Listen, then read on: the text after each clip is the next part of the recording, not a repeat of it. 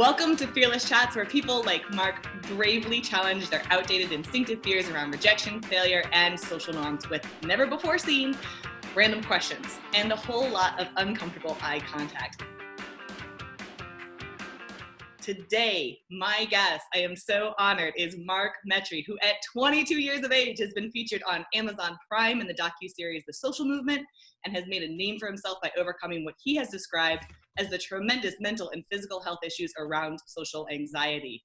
He is the host of a global top 100 podcast, Humans 2.0, featured by Forbes, NASDAQ, Yahoo Finance, and recently released his new book, Screw Being Shy, which is already a bestseller. Mark, I am so delighted that you could join us today for a Fearless Chat. What did I miss in there? You've done so much.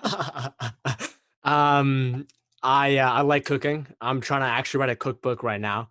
I like music. And yeah, I mean, overall, the thing that I would say is that if I could talk to myself like 5 years ago, or like if the version of me 5 years ago could see what it is that I'm doing today, man, he'd be like, bro, what are you talking about? These are our secrets. You can't share this stuff.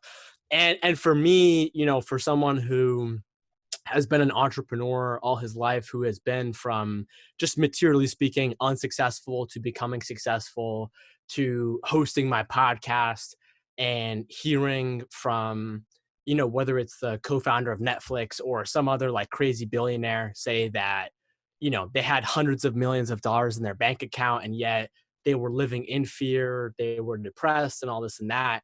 That's really led me to just focus on what it is that I'm talking today, because in my opinion, it's the most important thing to focus on. And the people who I know, the real leaders that may have a lot of professional success, a lot of them know this stuff, and it's kind of looking beneath the surface. And with something like fear, fear can either be, a motivator. Like the way that I describe it is when I began to tackle my fears, I was like a bat out of hell trying to like chase something down rather than something chasing me down.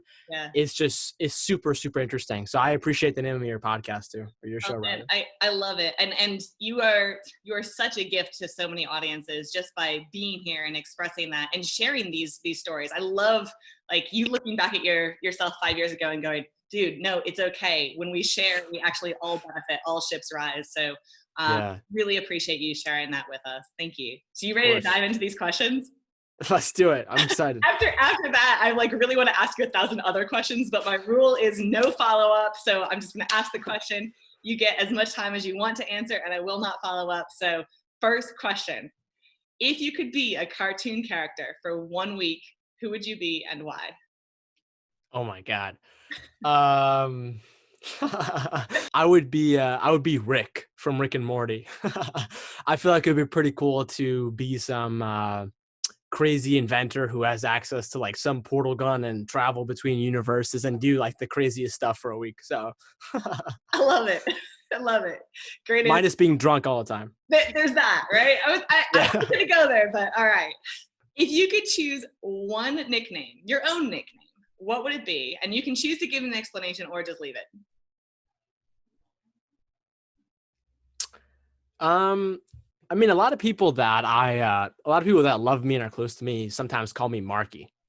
And I like it. It's kind of like a playful name. Yeah, Marky. I like it. Marky. All right. So I promise not to call you Marky, but it is kind of endearing. I like it. It's okay. You can say it if you want to. So Marky, last and final question. What is the one choice or decision or part of your life that you would Control-Z or Control-X, cut, undo, redo, if you had the choice to? Oh, man. Honestly, I feel like I don't like questions like this because like I'm a believer of like everything kind of happens for a reason. And I feel like I wouldn't want to change anything from my past. But the one thing that I would change is that I grew up in kind of Western Massachusetts next to these mountains. And I lived right next to like one of the biggest mountains where people would go there and ski and snowboard. And I never got into that. And so I still haven't got into it, but that to me is something that is really, really appealing. And I'm still 22, so I got plenty of time to get into it. So I am about to turn 37. And I will tell you, I have been saying that, but I've got plenty of time. I've got plenty of time. It is going so fast. I'm telling you. But yeah, go do it. Next time we chat, I want to make sure that you've been on that mountain at least once. Okay, I will. I'll do it in the winter time. So Super. that's like, yeah, like probably like at the end of this year. Perfect. Perfect. Love it. I will check in with you like I'll give you till 2021. How's that? Fair? Okay, that's All fair. right. All right. I So promise I'll do you it. made it through the questions. Thank you. I've got 2 minutes on the timer. When I press start, you and I lock eyes, no conversation. That's the only rule. Experience what you experience. If you giggle, it's fine. If you got to sort of move and jive, that's fine. But 2 minutes begins now.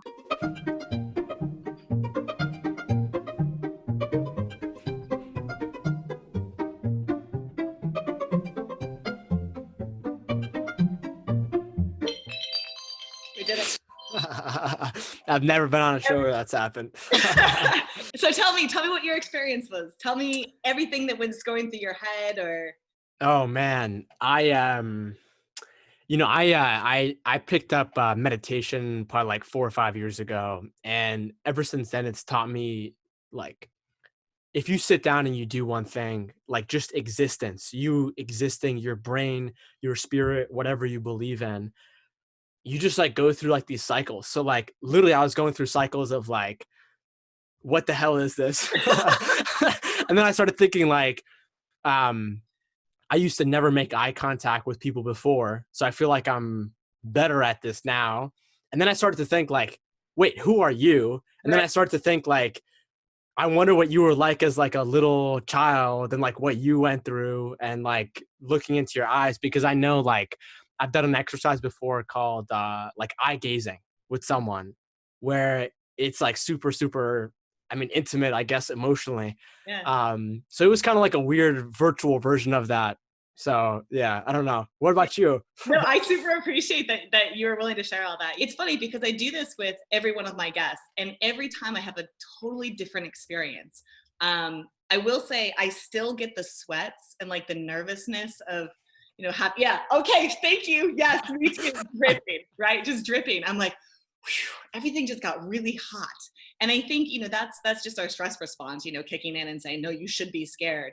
And I'm working so hard to control that and say, it's Marky. Like we could be best friends. This is Yeah, not a threat. Everything is okay. And then I did the exact same thing. I had this moment where I'm like, all right, this is weird. Beck, what are you even doing? I'm giggling a little bit, like let's dispel the awkwardness. And then there was a moment in there where I actually got really deeply sad. And I thought about you and some of your experiences, and I was like, wonder what it's like to be him now in the spotlight, having fought through so much social anxiety and now I'm asking him to do these challenges where he has to stare at me, a total stranger, and how challenging on a day-to-day basis it is, or it must be, to be sort of in the spotlight so young, so um incredibly accomplished, and what the expectations are from here. And it got me into this like deep space of wow, that's a wow. lot of pressure. And I then I like appreciate that. immediately was like, I wanna just kind of like I got motherly. I was like, I want to take him and be like, you're okay. Everything's all right. You're amazing. You just keep on going. So that was I my appreciate that. experience. Yeah, no, I appreciate that, and yeah, I mean it's interesting. I think for me, like my on a daily basis, I always go through a ton of thousands of different thoughts. Some of them are good, some of them are bad. Um, but I think at the end of the day, for me, I feel like if I'm ever in the spotlight, it's because of my story, and it's not necessarily because I think my story is unique or whatever, but I'm just trying to use my story as a vehicle for other people that can help, because I imagine, I like when I do everything that I do, I always think of like the 11-year-old version of myself. And then I also, get a ton of emails and messages and a lot of people that reach out to me and people that I meet physically before what's happened has happened. And it's just like, yeah, I mean, it's weird. It can be really weird sometimes. And I try my best to be honest about it and kind of talk about it, because I never want to be someone where I'm only showing like one perfect side of me. I'm always trying to be honest. I don't think I know what I'm doing. I try my best every day. And it's just like, it's human existence. And now because of technology, we can scale that, in a good way, like shows like this. And you can also scale that like in a bad way too. And so Yeah, no. I'm always just trying to get on the good side of it. I'm always trying to question myself to a not so detrimental degree. Because I know that sometimes I can be wrong, and sometimes my ego can bubble up in different areas, or maybe it's fear.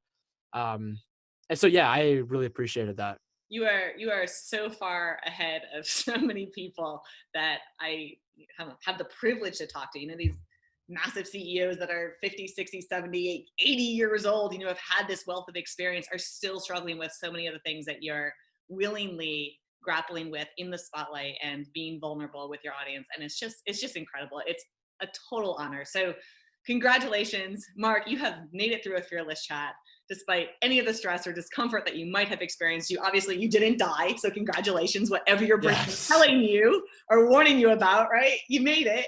You've mastered the art of separating out these fears in your brain that are that immediate and life-threatening from those outdated fears that are preventing us truly from fully living. Mark, thank you so much for being on. I look forward to reading your book. Where can people find you to learn more about all that you're doing, all the things that you're putting out into the world? Yeah, people just go to my website, which is just my first and last name.com, MARKMETRY.com. You'll see links to the book, podcast, social media. I try to use LinkedIn and Instagram. People can email me. People can text my business phone. And yeah, that's a good spot on my website, markmetry.com. I really, really appreciate you taking the time to be so generous with your time to share it with us today. Yeah, of course. This was awesome. This is so interesting. It's like the most interesting podcast I've been on. I love it. Thank you so much. I am looking forward to next week's Fearless Chat with more fearless, incredible guests. It's your turn to have a fearless chat of your own. Instructions and new questions are posted each week to my blog, so be sure to check them out. Be safe. Take care.